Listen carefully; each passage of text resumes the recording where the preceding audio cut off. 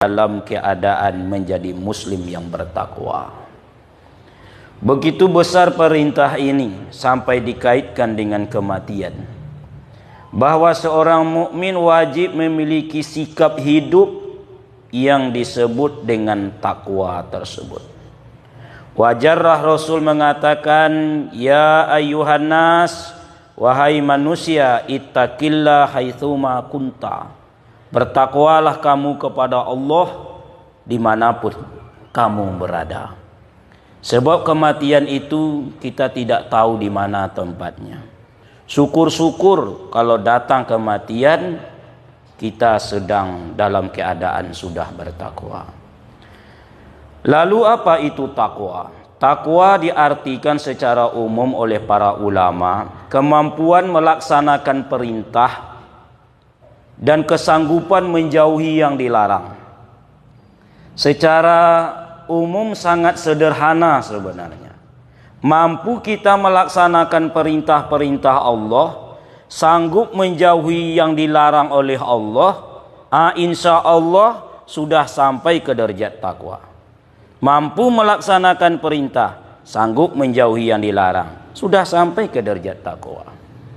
Cuman masalahnya adalah bila dihadapkan dua perkara ini kepada orang mukmin, mana yang lebih besar perjuangannya? Melaksanakan perintah atau menjauhi yang dilarang? Ternyata yang berat itu bukan melaksanakan perintah, tapi menjauhi yang dilarang. Itulah makanya manusia pertama kita bisa mengambil contoh daripadanya atau pelajaran. Adam tak kala disuruh tinggal di dalam surga, dia mampu. Ya Adam uskun anta wa zaujukal jannah. Adam, tinggallah engkau bersama istrimu di dalam surga. Wa kula minha ragadan haitsu syi'tuma. Makan apa yang engkau mau, nikmati apa yang engkau suka. Sanggup Adam. Tapi tak kala dihadapkan dengan satu larangan saja. Wala taqraba hazihi sajarah. Tapi Adam, pohon yang satu ini tidak pula banyak. Dari sekian banyak tumbuh-tumbuhan, buah-buahan di dalam surga, cuman satu yang dilarang. Wala taqraba hazihi sajarah. Pohon yang satu ini Adam, jangankan engkau nikmati, dekat saja tak boleh. Fatakuna minaz zalimin. Ujungnya nanti zalim atau penyesalan. Nah, disinilah letak kelemahan Adam dan anak cucu Adam ini. Adam sanggup melaksanakan perintah, tak sanggup menjauhi yang dilarang. Konsekuensinya, kulnah bitu minha jami'ah. Keluar kau dengan istrimu dari dalam surga. Takwa bisa diperoleh, sanggup melaksanakan perintah. Cuman permasalahannya berat menjauhi yang dilarang. Maka supaya awak ini bisa berusaha menjauhi yang dilarang, walaupun ada keinginan kita untuk melakukannya, ada kemampuan kita mengerjakannya, ada kesempatan terbuka. Ini kalau sudah berkumpul tiga ini jadi pekerjaan itu. Keinginan sudah ada, kesempatan ada, kemampuan ada, jadi pekerjaan itu.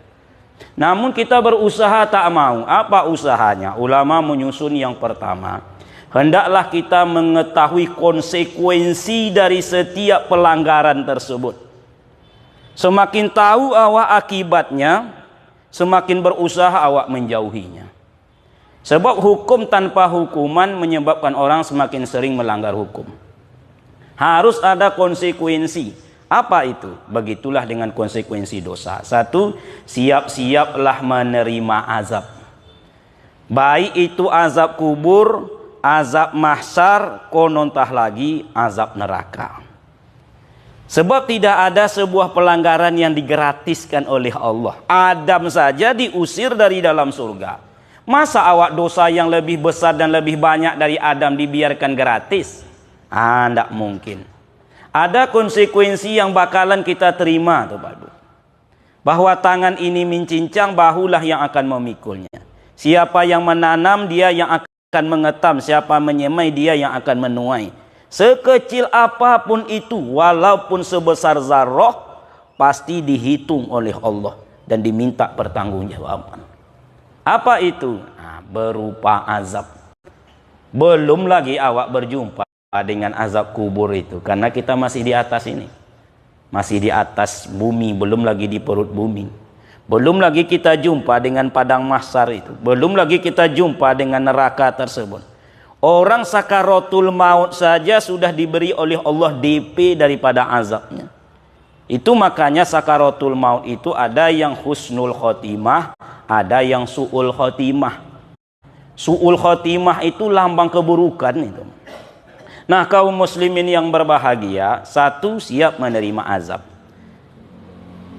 Berbicara tentang azab, bukalah lembaran Al-Quran. Tak satu pun kata azab berdiri sendiri dalam Al-Quran, kecuali ada sifat yang mengikutinya. Walahum azabun alim, pedih. Walahum azabun azim, besar. Walahum azabun muhin, menghinakan.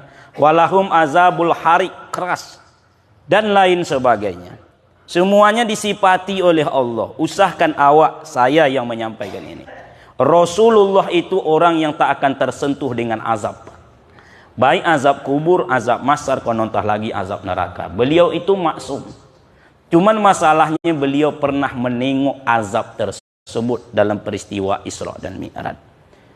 Beliau memberikan sebuah kesimpulan dalam hadisnya. Seringan-ringannya azab itu, seseorang yang disuruh memakai sandal dari api neraka, tapi begitu dipakainya menggelegaklah otaknya. Sandal itu kan paling bawah, otak itu paling atas, menggelegak, konontah lagi yang di bawah otak. Dari matanya, hidung, mulut, telinga keluarlah lidah-lidah api. Seakan ia didudukkan di sebuah tungku yang api dinyalakan di bawahnya. Dia mengatakan, aku yang paling besar azabnya. Kata Rasul, itu contoh yang paling ringan. Makanya kata Anas bin Malik, doa yang tak pernah ditinggalkan Rasul atau beliau lazimkan itu adalah waqina azabannar. Hindarkan kami dari azab neraka. Padahal beliau tak tersentuh api neraka, cuman beliau menengoknya. Tak sanggup awak. Maka Luqmanul Hakim mengatakan kepada anaknya, nak, kerjakanlah perbuatan dosa itu. Ini bukan menyuruh. Kerjakanlah perbuatan dosa itu sejauh kemampuan engkau menanggung azab. Kalaulah rasa-rasanya sanggup dengan berita azab tersebut, ya kerjakanlah dosa itu. Jangankan dapat derajat takwa, malah dapat azab. Kaum muslimin yang berbahagia, oleh sebab itu kiat pertamanya adalah kesanggupan kita menjauhi perkara yang dilarang oleh Allah. Itu syaratnya adalah ingat konsekuensinya, terimalah azab. Yang kedua, dua saja yang kita sampaikan. Yang kedua, terimalah bentuk azab dunia dalam bentuk musibah. Makanya para sahabat yang sangat baik itu, khairun nas tuh sahabat. Kata Rasul, khairun nas, sebaik-baik manusia al-qarni. Ini sahabatku ini. Tsumma lazina yalunahum, sesudahnya. Tsumma lazina yalunahum, tabi'in sesudah.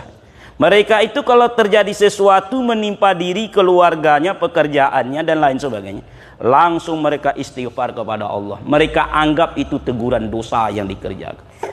Putus sandalnya, dia ngadu sama Allah. Ya Allah, sandal hamba putus, astaghfirullah.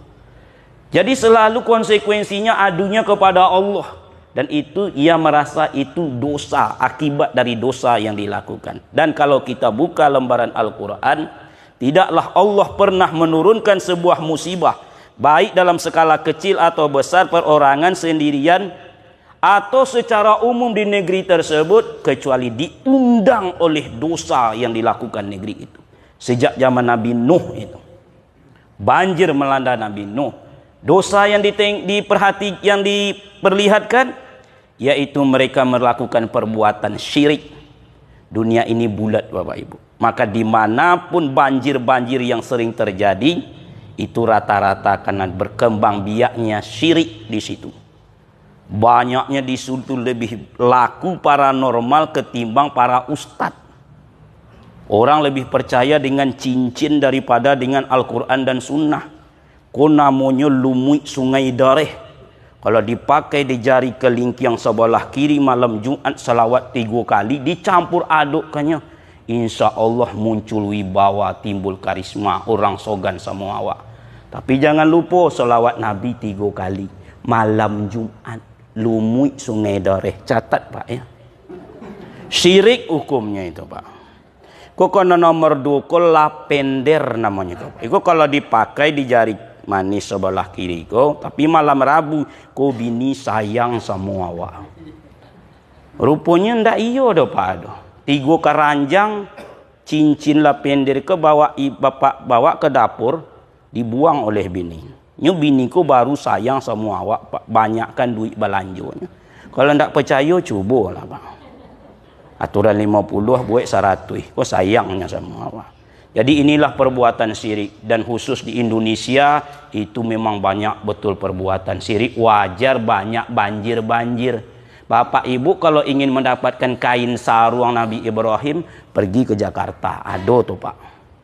Ada dukun yang mempunyainya. Tah dari mana dapetnya? Cincin Nabi Yusuf, tungkek Nabi Sulaiman, golang Nabi Musa dan lain sebagainya. Wallahu alam. Nah, banyak lagi contoh yang lain di dalam Al-Quran. Kaum muslimin, lalu apa yang kedua, ketiga, sampai kelima konsekuensi sebuah dosa, insya Allah kita sambung pada pertemuan yang akan datang. Lebih dan kurang mohon maaf. Subhanaka Allahumma wa bihamdika, asyhadu an la ilaha illa anta, astaghfiruka wa atubu ilai. Assalamualaikum warahmatullahi wabarakatuh.